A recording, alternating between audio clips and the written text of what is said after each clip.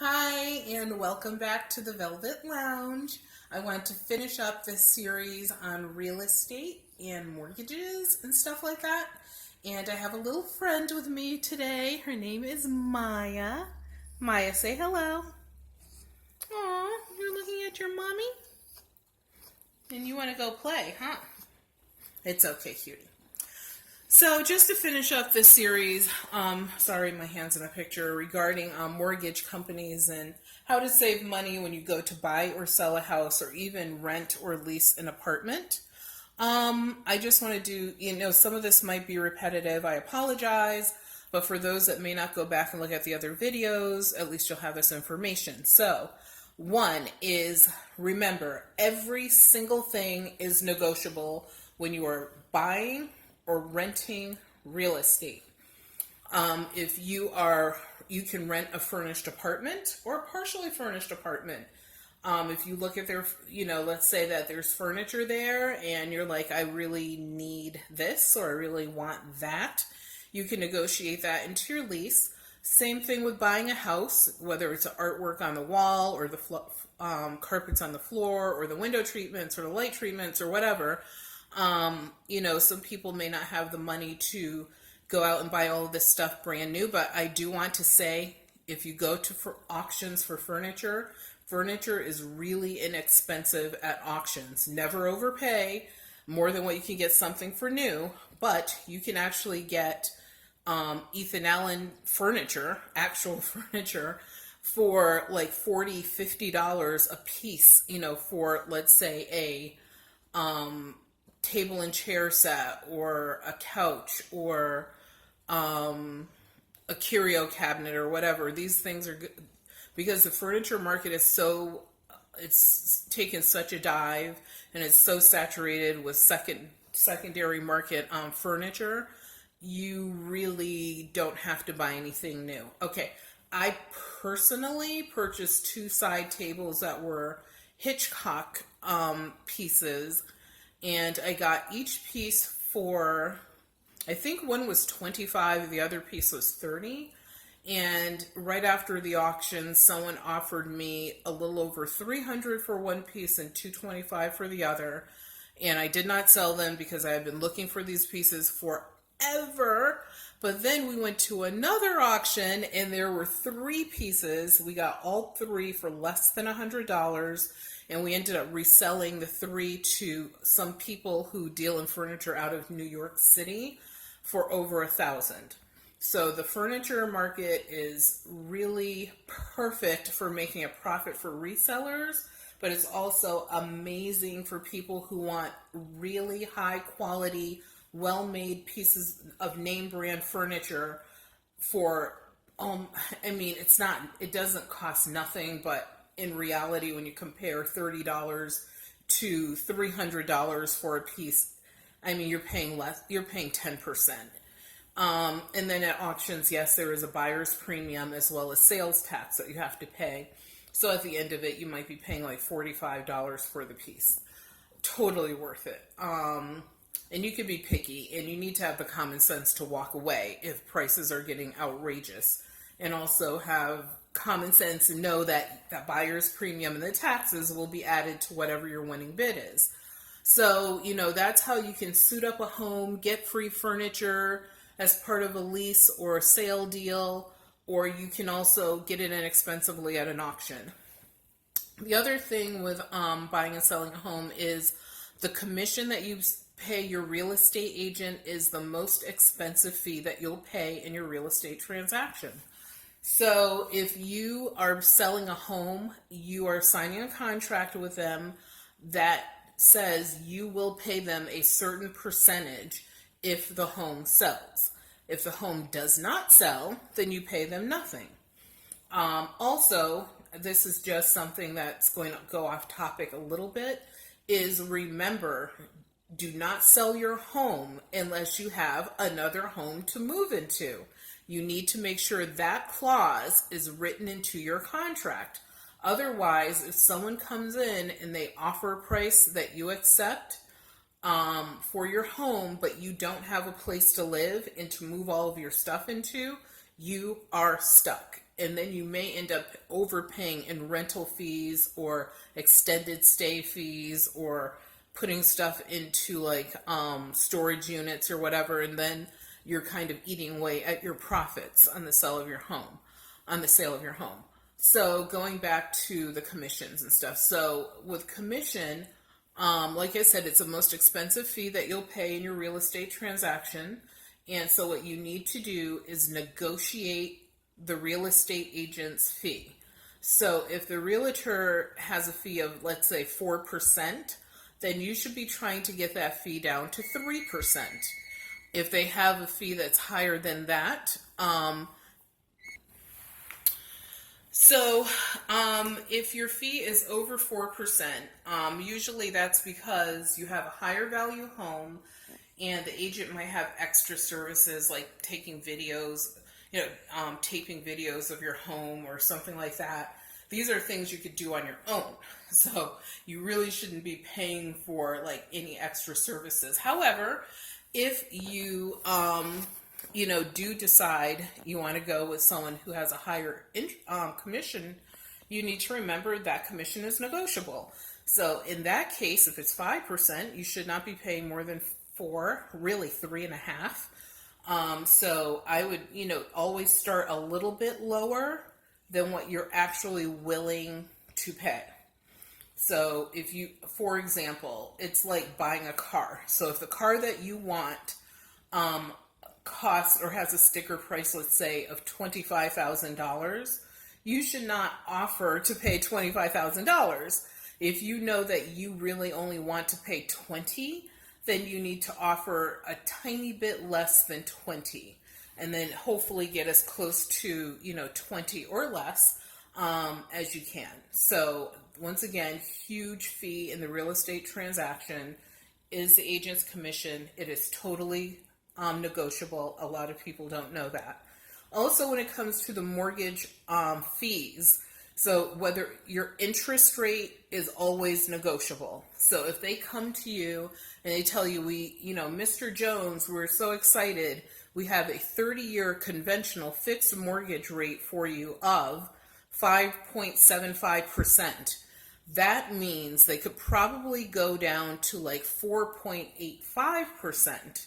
It'll still be, they're going to make sure it's close to 5, but definitely they have a lot of room to play, a lot. You would be surprised by how low you can actually get your mortgage interest rate.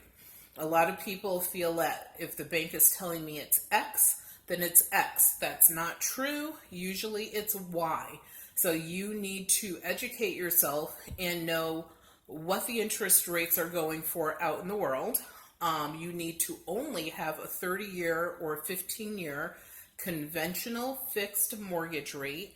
You don't want any fancy mortgages or any craziness like, when we had the whole debacle under the Bush administration, because that means you're buying a house that you probably cannot afford if they have to do fancy things for you to be approved for the mortgage, or if they have to give you a really high interest rate so that you can get this mortgage. That means you cannot afford the mortgage, you need to wait, or you need to move on. The other thing is when you are dealing with the mortgage companies, there will be other fees associated with your mortgage. All of those fees are negotiable. So there may be, they have a lot of different names for these fees. So it could be like a fee. There is a fee that's actually built in basically for doing the paperwork. That fee is negotiable. Inspection fees are totally negotiable. There's something, I believe it's called PMI insurance. I think that's for people that may be higher risk for mortgages. If you have to pay PMI insurance every single month to have a mortgage, you cannot afford to have a mortgage. Why would you take out a mortgage? It would make no sense. And also when you pay that PMI insurance, it goes to protect the the mortgage company. It does not protect you at all. So if your house is blown up, if it's burnt down in a fire, if a wrecking ball accidentally hits your house versus your neighbor's house, if a meteor comes through the ceiling if you come home in your house, someone left the bathtub on and it overflowed everywhere, that is not considered a flood. So that would be covered, but not if you are using PMI insurance as your insurance. That only covers your mortgage company. You need to go out and you need to buy a separate policy that covers you and your family in case of a loss. And read your policy very carefully, because there are things that no homeowners insurance policy in the United States ever covers, such as floods. Floods are never covered under a standard homeowners policy. You actually have to buy a separate flood insurance policy. So, you want to just make sure like when you're looking at your mortgage, you know what you're paying for, you know who it covers, you know how much everything costs separately. You negotiate every single fee that's on that sheet of paper. At the end of the day, whatever they told you originally your closing cost would be, if you did a good job negotiating, you should be able to save 20 to 25% on your closing cost, maybe even more. On your interest rate, you should be able to get at least 0.75 or a third, is it 3/4 of a point? I'm sorry, 3/4 of an interest point removed from your interest rate. In some cases, you might even get a whole point removed. So versus paying 5%, you might only have to pay 4%, because maybe that, company, after you did your research, you found that they seem to be a lot higher than everyone else. And you could prove that by going out on, you could go to lendingtree.com, you could go to any type of mortgage calculator out there just to get an idea of what the average interest rate is going for on that particular day. Also, I always tell people, if you cannot afford to put at least 20 to 25% down as a down payment on a new home, then you cannot afford to buy a new home. You need to wait. You need to save more money, or you need to look at other alternatives or a less expensive home. Because you want to start out, I believe, by having, and all of this is in my opinion, having equity in your home. You don't want to buy a home where you put, money down on it, and if, we have another mortgage debacle under the current administration, anything catastrophic could occur, as we've been seeing. You don't want to be left holding the bag and having a home that you're upside down on and cannot afford to live in anymore. You want to have a home, whereas if you sell it, you can make enough money to either have money to rent or lease, which is the same thing, or buy, an alternative home. The other things that are negotiable when it comes to a mortgage are your inspection fees. So when people come out to inspect your home, you want to interview a couple inspectors, at least a couple, maybe a few. First of all, to make sure that you're getting the most comprehensive and inclusive inspection possible, with everything included in one price. So if they start telling you, well, this cost extra, that cost extra, move on quickly, because there are so many better companies out there. But if they tell you we cover A, B, C, D, and all these things, and they do the inspection, you need to be there following the inspector around. One reason is to make sure everything is actually inspected and he actually did his job. The other reason is because it will teach you a lot about your home and about what you need to look for in a future home, as well as just general knowledge, like what's wrong with education. There's nothing. And good inspectors like questions.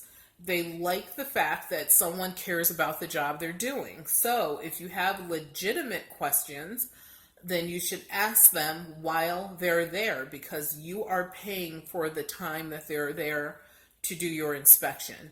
The other thing that I usually recommend to people is, if you are buying a home that is not a brand new build, you should have two inspections by two independent, non-related inspectors or inspection companies. Because then if you look at both reports, and this is for when you buy the home, not for when you're selling. So that way, when you're buying the home, you really know what you're getting into. And if there's something that's inconsistent, you can always call the other inspector and tell them, what about this or what about that.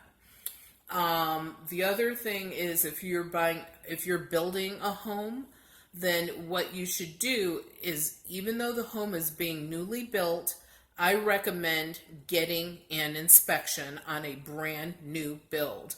A lot of people do not believe in that at all. Your mortgage company may tell you you don't need it, but the mortgage company will have an inspection done. They literally will have someone. So if it's not of value to you to do an inspection, why is it a value to them to have an inspector come out and protect the bank? You need to have an inspection done on your own as well.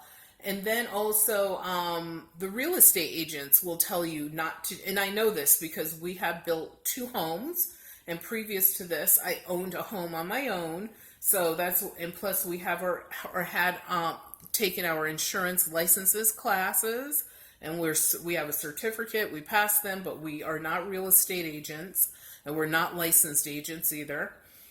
We just wanted to get more knowledge for when we, continue buying and selling homes. But I recommend on a new build, get an inspection. It's an investment in your future. And also, if anything is wrong, or if anything is missed, or something is not up to code, or something looks good but it's not built correctly, these folks will tell you that, and you can get that remedied while the builder is still on site. It's much easier to do it then than to have to drag someone through the courthouse. The other things that are negotiable are your moving costs. So when you call a moving company, what you want to do is call 2 to 3 of them. I usually say 3 is a magic number. And you want to know everything that's included in their service. And of course, you want to know what the price is. And you want to make sure there's no surprises later. And when you figure out what the company that fits you the best, then obviously you can, obligate to that particular organization.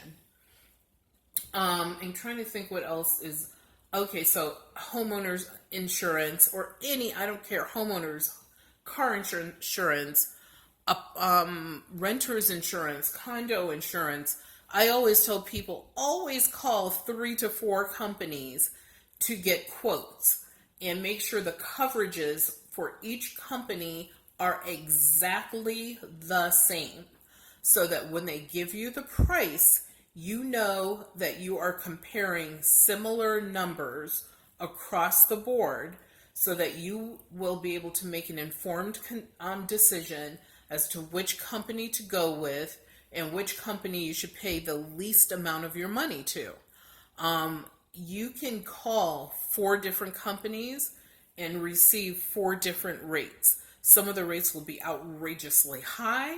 The others might be, of course, a lot lower. And then those that will be in the middle. And then from there, you have to decide, do a little research and make sure that these companies have like an AA plus rating with AM Best, which is a company that rates insurance companies. You can go out on the internet at ambest.org, I believe it is, or ambest.com. And it's AM as in Mary Best.com or .org, and you can actually look up your insurance company of choice or possible choice and see how they're rated. If their rating is not good, I recommend not going with that company, because it means they're having an issue, whether it's a major class action lawsuit, or they're horrible at paying out claims, or they're having other financial issues that maybe the public isn't fully aware of, but they're still allowed to operate. It will give you all of that information basically by simply looking at their rating. So that's another way to save money, and that money savings is something that is fluid. So every couple of years, I would say every 2 to 3 years, If you notice that your rates have gone up for any of your insurance products for property insurance, then what you should do is simply call companies to get quotes, because they will tell you, based upon those quotes, once again, make sure that your coverage limits are exactly the same and your deductible limits are exactly the same on the quote as what you actually have. And that way you'll know if you're going to save money. People receive a lot of things in the mail from like this commercial that has a lizard on it, or this commercial that claims that they cover military families. We've called both of those companies, and both of them, their rates were much higher than what we pay. And so what we did, and I don't mind saying this, I'm going to tell you right, and this is a completely unendorsed video. No one is paying us anything or giving us anything to say this, but I would try AAA. It's the best rate that we've ever gotten. Every time I go to get new quotes, they always kick everyone else's quotes straight in the ass. I would try AARP. If you're of a certain age, AARP can actually have really good rates for their members. If you're part of a credit unions have deals, or not deals, but relationships with insurance companies and other, financial companies, whereas you can get an amazing rate with these people. So take advantage of that. If you're part of a guild, or let's say a group or whatever, like for example a teachers union, unions have insurance companies that actually work in concert with them to give their members amazing rates. If you're in the military, there actually are military discounts, and you don't have to be part of that USA, that company I'm talking about. You see the ads on TV and they claim that they're going to save you all this money. And the thing, my issue with them is their rate was so much higher than any other company out there. I feel so bad for any military families, or whether you're current military or you're retired from it, like my husband, who did not call other companies to get quotes because you are paying way too much. So you really have to do your homework there, like I said, for your homes, for your autos, for mortgages, for apartments, etc., etc. There are a lot of ways to save money when it comes to property transactions. So at that, I'm going to leave it at that. In the future, yes, I will be talking about, things to look for in a home. Like I said, we built a couple homes, we bought and sold homes. So, we do have quite a bit of knowledge on the subject, as well as, being educated in real estate. And, it's up to me, it's a fun business when it's fair. And many times it may not be as fair for the buyer as you think it is, simply because you did not know everything is negotiable. So with that, I'm going to say good night. And my little doggie, she's having her siesta. She's not supposed to be on the couch, but I felt bad because my daughter and I went shopping most of the day and out to dinner and different things after she got out of work and I finished doing my project. And so poor little Maya is tired and she was feeling lonely, but we did bring her a new Frisbee. So anyway, if you guys could click that button down there, to subscribe, and click on the bell, and anytime we have a new video, it will send you like an email notification. Once in a while, you won't get them all the time. It won't be spammy or anything like that. Also, please leave a comment and any ideas or advice you have for saving money when it comes to buying property and selling property. Also, a thumbs up is cool. We like thumbs. Thumbs are good. And you guys have an awesome rest of your day or night. And thank you for tuning in.